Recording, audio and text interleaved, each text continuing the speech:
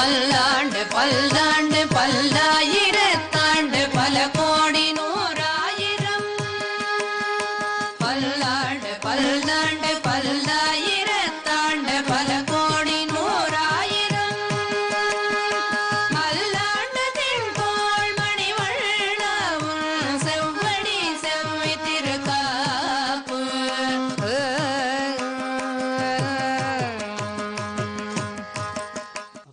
अस्मत्गुरुसमारम्भां यतिशेखरमध्यमां लक्ष्मीवल्लभपर्यन्तां वन्दे गुरुपरम्पराम् ஆழ்வார்கள் வாழி அருளிச் செயல் வாழி தாழ்வாதுமில் குறவர்தாம் வாழி ஏழ்வாறுமுய்ய அவர்கள் உரைத்தவைகள்தாம் வாழி செய்யமறை தன்னுடனே சேர்ந்து.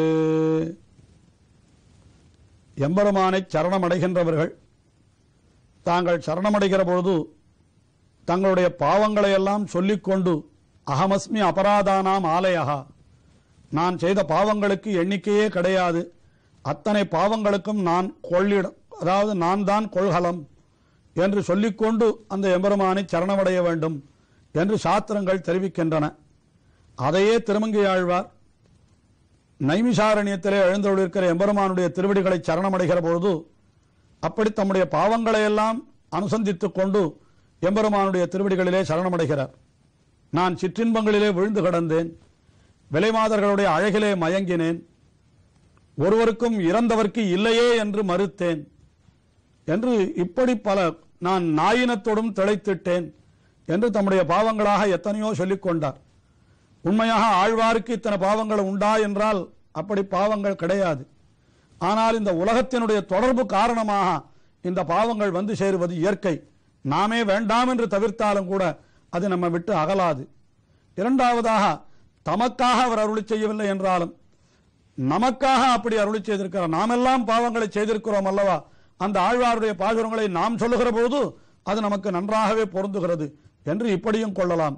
அல்லது எத்தனையோ பிறவிகள் பிறந்து இப்பிறவிலே என்றோ ஒரு ஆழ்வாராக ஆனார், முன்பிறவியிலே இவைகளெல்லாம் தமக்கு இருந்திருக்க வேண்டும் என்று நினைத்து ஆழ்வார் அருளி செய்கிறார் என்றும் கொள்ளலாம் என்று பலபடியாக காட்டியிருக்கிறார்கள். இத்தனை பாவங்களுக்கும் எது காரணம் தெரியுமா என்றால் இந்த உடல் தான் காரணம். இந்த உடலோடு, பாஞ்ச பௌத்திகமான இந்த உடலோடு கூட நாம் இந்த உலகத்திலே இருக்கிற வரைக்கும் அந்த பாவங்கள் நம்மை விடாது என்று இது நன்றாக நிர்ணயிக்கப்பட்ட விஷயம்.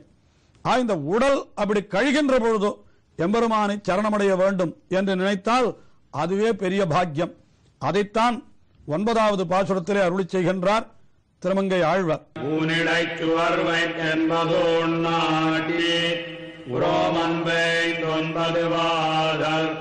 தானுடை குரம்பை பிரியும் போது குந்தந்தரணமே சரணமென்னிருந்தேன் தேனுடை கமரத் திருவிருக்கரசே திரைகொள்மானிடங்கடல் கிடந்தாய் நான் உடைத்தவத்தால் திருவடி அடைந்தேன் நெய்மிசாரணியத்துடந்தாய். இந்த உடல் என்கிறது எப்படிப்பட்டது என்றால் ஒரு குடிசை போன்றது. குடிசை என்றால் என்ன செய்வார்கள், அதிலே சுவர் வைப்பார்கள், கம்பங்களை நடுவார்கள் தூணாக, அதற்கு பிறகு அதற்கு கூரை வைவார்கள், அதற்கு வாசல்களை எல்லாம் வைப்பார்கள். இதெல்லாம் தானே குடிசை. நம்முடைய உடல் ஒரு குடிசையாம். எப்படிப்பட்ட குடிசை? ஊனிடை சுவர் வைத்து, மாம்சங்களாலே ஊனாலே சுவர் வைத்திருக்கிறதாம். அதற்கு மேலே ஊனிடை சுவர் வைத்து என்பு தூண் நாட்டி, எலும்பை தூணாக வைத்திருக்கிறார்களாம். உள்ளே எத்தனை எலும்புகள், அத்தனை எலும்புகளும் தூணாக நிற்கின்றனவாம். உரோமம் வைந்து என்று கூரை வைவது போல மேலே ரோமத்தை வைந்திருக்கிறார்கள். மயிர்முடி அத்தனையும் அந்த கூரை போல இருக்கிறது. அதற்கு மேலே 9 வாசல், 9 துவாரங்கள் நமக்கு இருக்கின்றன. அதாவது கண்களிலே 2, காதுகளிலே 2, மூக்கிலே 2, இப்படி 6 துவாரங்கள். வாய் என்பது 1 7வது. அதை தவிர நம்முடைய ஜலமல துவாரங்கள் என்று 2 என்றால் மொத்தம் 9 துவாரங்கள் நம்முடைய உடம்பிலே இருக்கின்றனவா. நவத்வார புரி என்று இந்த உடலுக்கு பெயர் வைத்திருக்கிறார்களாம். அப்படிப்பட்ட உரோமம் வைந்து 9 வாசல் தானுடை குரம்பை, இப்படி 9 வாசலை உடைய இந்த உடல், இந்த உடலுக்குள்ளே இருக்கிற அந்த உயிர் என்பது ஒரு காற்றாம். ஆனால் இந்த காற்று இந்த 9 வாசல் வழியாகவும் செல்லாமல் உள்ளுக்குள்ளே சுத்தி கொண்டிருக்கிறது. இதுதான் ஆச்சரியம் என்கிறார்கள். ஒரு கவி தெரிவிக்கிறான், உயிர் பிரிவது ஆச்சரியம் அல்ல, உயிர் இருப்பதுதான் ஆச்சரியம் என்று சொல்லுகின்றான். அப்படி இந்த உயிர் ஒரு கால் பிரிகின்றது. அப்பொழுது தானுடைய குரம்பை அதை பிரியும் போது உந்தன் சரணமே சரணம், அப்படி பிரிகின்ற பொழுது நீயே எனக்கு அனுகிரகம் பண்ண வேண்டும், அப்போதைக்கு இப்போதே சொல்லி வைத்தேன் என்று சொல்லுவது போல என்றைக்கு பிரிய போகிறதோ அன்றைக்கு இப்போதே சொல்லிவிடுகிறேன். அப்பொழுது உந்தன் சரணமே சரணம், உன்னுடைய திருவடிகள் தான் எனக்கு புகழ் என்றிருந்தேன். தேனுடை கமல திருவினுக்கு அரசே என்று, திருவினுக்கு அரசே என்று பெரிய பிராட்டியாருக்கு மணவாளனே என்று இந்த பாசுரத்திலே பெரிய பிராட்டியாரை முன்னிட்டு கொண்டு சரணம் புகுகிறார். அதுதானே வைணவ சம்பிரதாயத்திலே மிக உயர்ந்ததாக சொல்லப்பட்டிருக்கிறது. ஆஹா, தேனுடை கமலம், தேன் பெருகுகின்ற தாமரையிலே பிறந்தவளான பெரிய பிராட்டியாருக்கு மணவாளனே, திரைகொள்மா நெடுங்கடல் கடந்தாய் என்று நம்மையெல்லாம் காப்பதற்காகவன்றோ நீ இப்படி திருப்பார்கடலிலே சயனித்துக் கொண்டிருந்தாய். நானுடை தவத்தால் திருவடி அடைந்தேன். நானுடை தவம் என்றால் என்னுடைய தவம் என்று பொருள். என்னுடைய தவம் என்றால் இவர் எந்த தவத்தையும் செய்யவில்லை, எம்பெருமானே என்றோ இவருக்கு தானே வந்து அருள் புரிந்தான்.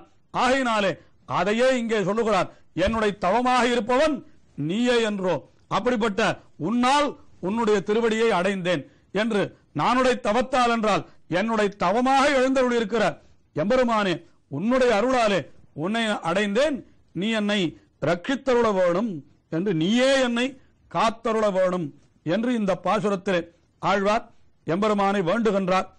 இப்படி 9 பாசுரங்களிலே தாம் செய்த பாவங்களை எல்லாம் சொல்லி அதற்கு மேலே அந்த பாவங்களுக்கெல்லாம் காரணமாயிருந்தது என்னால் அதை முதல்ல இந்திரியம் என்றார், அப்புறம் மற்ற மனசு என்றார், அதற்கு மேலே கடைசியிலே இந்த பிரகிருதி சம்பந்தம் உடல் என்றார்.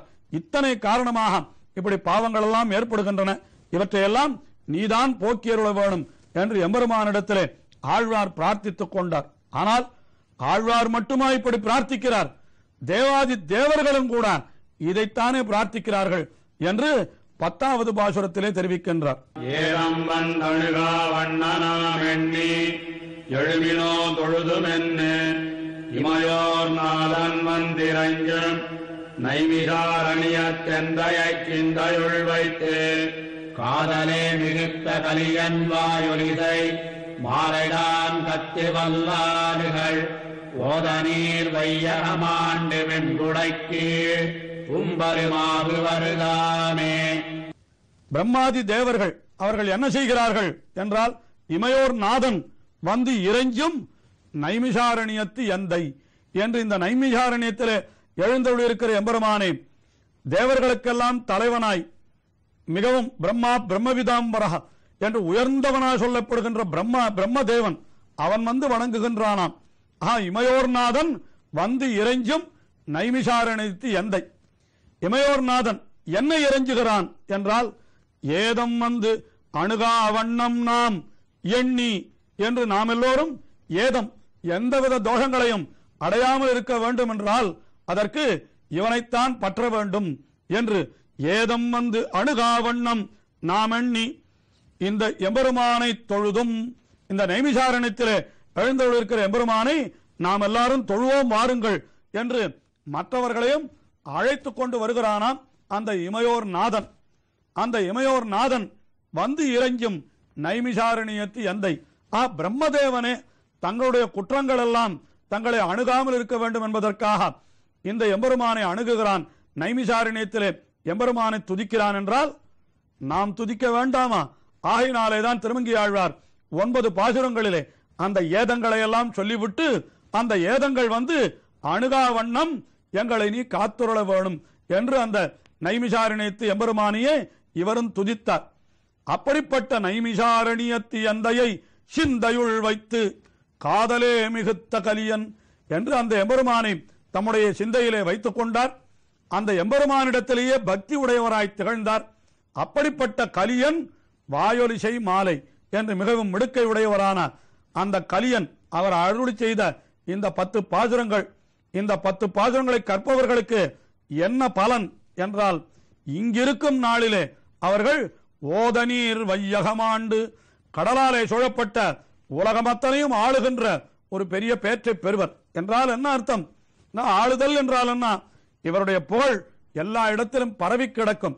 அதாவது கடல் சூழ்ந்த உலகம் அத்தனைக்கும் இவர் புகழ் பரவி இவர் மிக உயர்ந்தவர் என்று எல்லாரோடும் கொண்டாடப்படக்கூடிய ஒரு உயர்ந்த நிலைமையை அடைவர். இந்த 10 பாசுரங்களை கற்பவர்கள், சொல்லுபவர்கள், கேட்பவர்கள் எல்லாருக்கும் இந்த பலன் உண்டு.